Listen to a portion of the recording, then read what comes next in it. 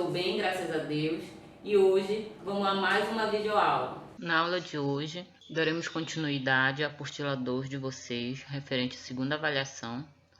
Trabalharemos as páginas 20, 21 e 22, sobre a política de ocupação da Amazônia adotada por Vargas. Como vimos em aulas anteriores, Getúlio Vargas assumiu a presidência da República em 1930. E um dos motivos que o levaram ao poder foi a insatisfação de grupos políticos que não faziam parte das oligarquias do Sul e Sudeste. E a Amazônia era uma dessas regiões que possuíam pouco espaço na política devido à política do café com leite, que se dava entre São Paulo e Minas Gerais. Mas será que com o governo de Getúlio Vargas se projetou uma política específica para a Amazônia? De certa forma, podemos dizer que sim, pois Getúlio Vargas via na Amazônia um imenso espaço vazio que precisava ser ocupado. Para os dirigentes do Brasil, a Amazônia deveria ser transformada em uma imensa fronteira agrícola. Por isso, no governo de Vargas, incentivou-se a fixação do homem no campo e a ocupação do interior do país por meio de uma política que ficou conhecida como Marcha para o Oeste. Um dos objetivos dessa marcha era a política de povoamento da Amazônia. E para concretizar esse povoamento, foram criadas colônias agrícolas nacionais. O que eram essas colônias agrícolas nacionais?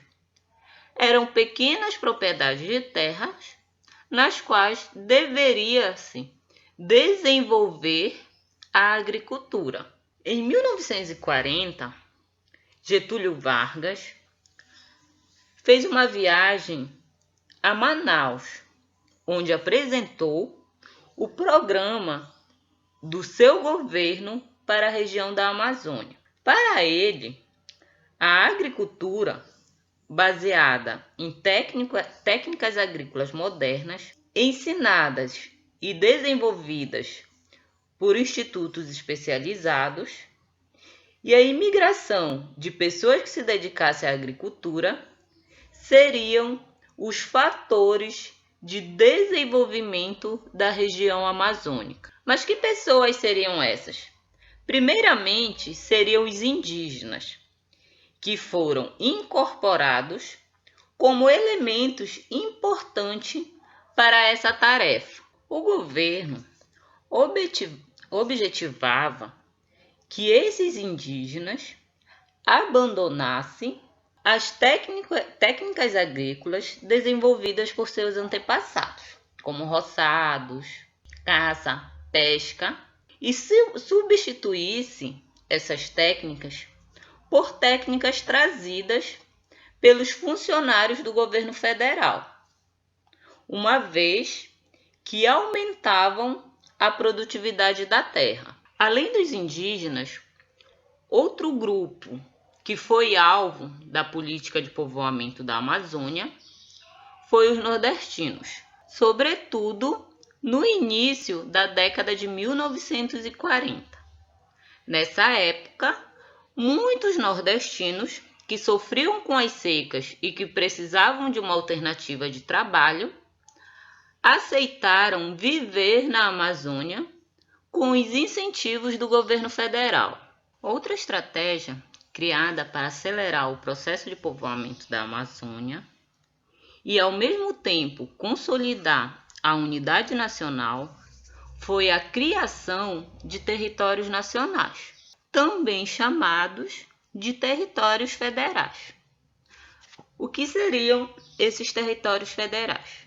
Esses territórios caracterizavam-se pela administração direta do governo federal através de um governador nomeado. Entre as diversas justificativas para sua criação, encontram-se a proteção das fronteiras e a necessidade de integrá-las à nação através da economia e da cultura. Como exemplo desses territórios federais, temos a criação do Território Federal do Amapá. O Amapá, que era um território de fronteira e foi disputado militar e diplomaticamente por franceses e portugueses em diferentes períodos, precisava definitivamente ser incorporado ao país. Desse modo,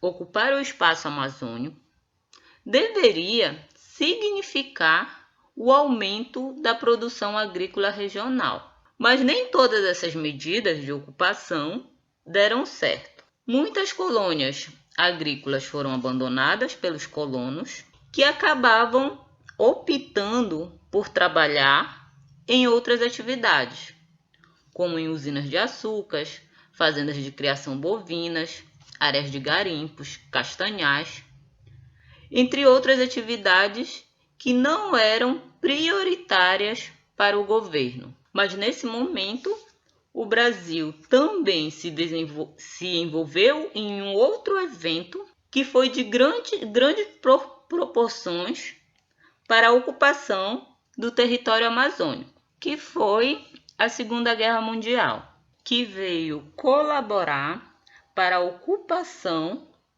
do território amazônico de uma forma diferente, como veremos mais à frente em outra unidade. Sobre a videoaula de hoje, eu deixo para vocês a atividade da página 25 da apostila. Então é isso, pessoal. Resolva as atividades e envie para o e-mail, tá ok? Até a próxima. Fiquem com Deus.